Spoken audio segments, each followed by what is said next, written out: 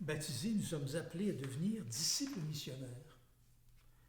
Quatrième entretien d'une petite série sur cette réalité qui nous oblige à faire cette jonction entre la réalité du baptême et cette dimension, cet appel missionnaire finalement, qui vient à la fois du pape François, mais de tous nos évêques, et particulièrement dans le contexte québécois qui est le nôtre.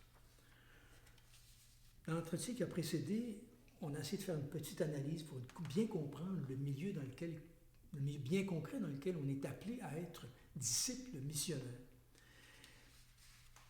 On terminait cet entretien sur une constatation, c'est qu'il fallait, d'une façon ou d'une autre, changer de direction. Il y avait des changements profonds à opérer. Des changements qui sont amenés tout simplement parce qu'on se rend compte qu'en revisant, qu'en discernant, c'est tous des mots qui laissent sous-entendre des changements d'orientation, des changements de direction qui invitent à prendre un tournant, celui-là même que les évêques proposent quand ils parlent de tournant missionnaire. On a passé d'une paroisse dont la préoccupation première a été traditionnellement l'entretien de la foi à une communauté missionnaire. Certains peuvent penser que quand on parle du mot entretien, il y a quelque chose là, de négatif et qui porte comme une espèce de jugement un peu, enfin, laissant entendre que la pratique traditionnelle était, en fait, lui donnait un côté péjoratif. Non, c'était une fonction très importante d'entretenir au sens de nourrir la foi des fidèles. Ils arrivaient avec cette foi et une des fonctions premières de la paroisse était d'encadrer la pratique de la foi, sa traduction bien concrète à travers la vie sacramentelle, etc. C'était une fonction très précise, celle de l'entretien de la foi. Et là, voilà qu'on est appelé à devenir une communauté. Déjà, il y a un passage très important, même le concept de paroisse et de communauté. Et je dois dire ici qu'il y a quelque chose d'un peu piégé en même temps. Parce qu'on a souvent la tentation de confondre paroisse et communauté, de prendre l'un pour l'autre. Et facilement, on change notre vocabulaire. Maintenant, on n'est plus une paroisse, on est une communauté chrétienne. On fait un changement de vocabulaire sans réellement faire le changement profond d'approche et de compréhension que ces termes-là comportent. Et la vie paroissiale telle qu'on l'a connue au Québec nous laissant donner à entendre que se superposer à la fois une paroisse et aussi une dimension communautaire sur la paroisse, nous a un peu comme dédouané de cette obligation de bien préciser le vocabulaire que l'on emploie, de bien comprendre ce que ça implique. Faut peut-être définir un petit peu les termes. Quand on parle de paroisse, il faut bien s'entendre qu'il y a d'abord en dessous de ce mot-là une réalité territoriale. Il y a quelque chose d'un découpage de territoire. C'est ce que cache le mot paroisse. D'ailleurs, le mot paroikia qui vient du grec, ceux qui sont proches. Alors, il y avait des gens, un secteur bien déterminé, où il y a une proximité, des gens vivent une certaine proximité, devenait un territoire paroissial. C'est comme ça, finalement, que les paroisses s'établissaient. Sauf que, dans la perspective du Concile de Trente, là, finalement, quand on a repensé le système paroissial, on a quadrillé la planète entière, si bien que tout le monde était dans une paroisse. Peu importe sa dimension, que ce soit les territoires du Nord-Ouest, il y avait une paroisse et tout le monde y était. On sent en même temps ce modèle d'encadrement. Et c'était une des réalités. Donc, c'est d'abord une espèce de découpage territorial. Un territoire bien précis qui permet d'accompagner, d'entretenir, d'encadrer aussi la pratique. Quand on parle de communauté, le concept repose d'abord et avant tout, sur des liens affectifs. Puis la sociologie nous apprend qu'elles se fondent essentiellement sur un sentiment d'appartenance. C'est pas une paroisse. Dans une paroisse, il se vit des liens affectifs. Il se vit une appartenance. Mais on voit bien où en premier l'accent est posé. Sentiment d'appartenance, lien affectif ou encadrement. Vous voyez, là, on peut.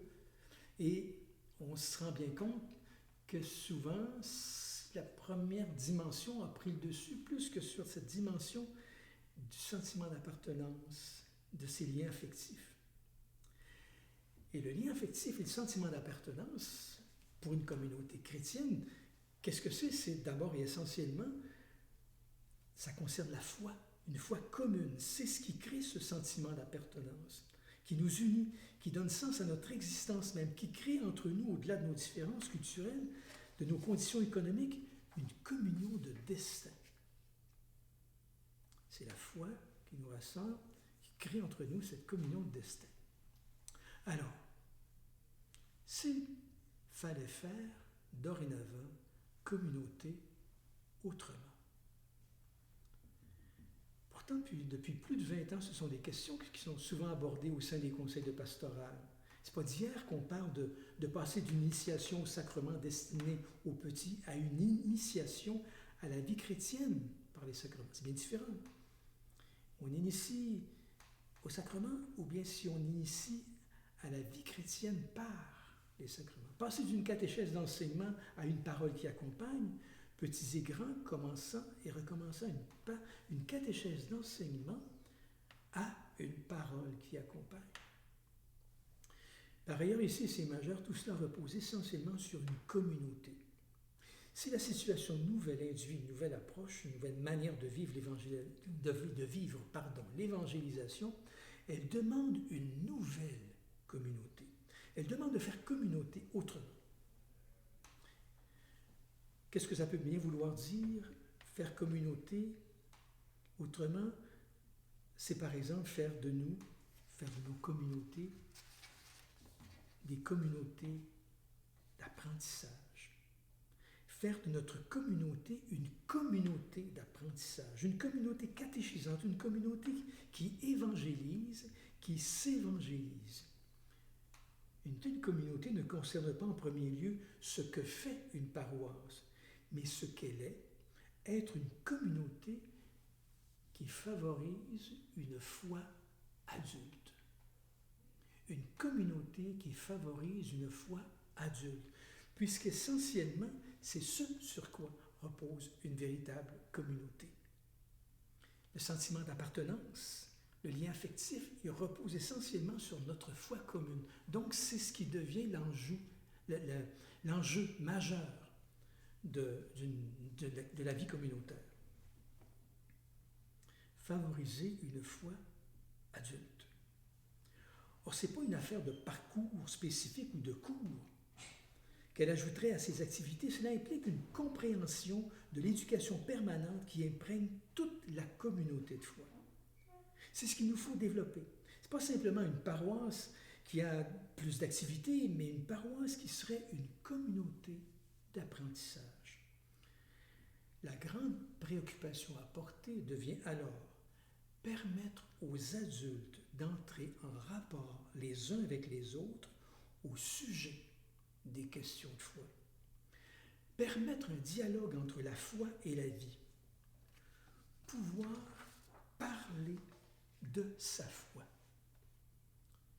Sans doute que plusieurs d'entre vous ont peut-être, même une majorité de paroissiens, ont rarement, voire jamais été invités à parler avec d'autres adultes du contenu de leur foi. Encore moins du processus par lequel ils en sont venus à croire et qu'ils croient. N'avons-nous pas la responsabilité d'offrir aux adultes aussi souvent que nous le pouvons et de toutes les manières possibles des occasions de tenir des conversations signifiantes? Des cours, des parcours ou des conversations? Les spécialistes en éducation des adultes savent que ces derniers apprennent mieux par des conversations soutenues avec d'autres adultes. Les preuves sont très claires de ce côté-là. Deuxièmement, qu'est-ce que ça implique? Faire de nos liturgies et même de nos lieux de culte des espaces d'apprentissage. Et ici, toute une réflexion est à faire. Mieux, des questionnements que l'on ne fait que bien trop rarement sur nos pratiques elles-mêmes. De beaux défis à relever ensemble. Ces années que nous sommes à vivre en Église sont certes des années de bouleversement, de recherche, d'initiative, de créativité, d'expériences nouvelles, mais c'est aussi un temps de grâce pour les baptisés que nous sommes, une occasion rêvée de redécouvrir l'appel et la grandeur de notre sacerdoce baptismal. Et ici, les mots ont leur importance. De redécouvrir l'appel et la grandeur de notre sacerdoce baptismal.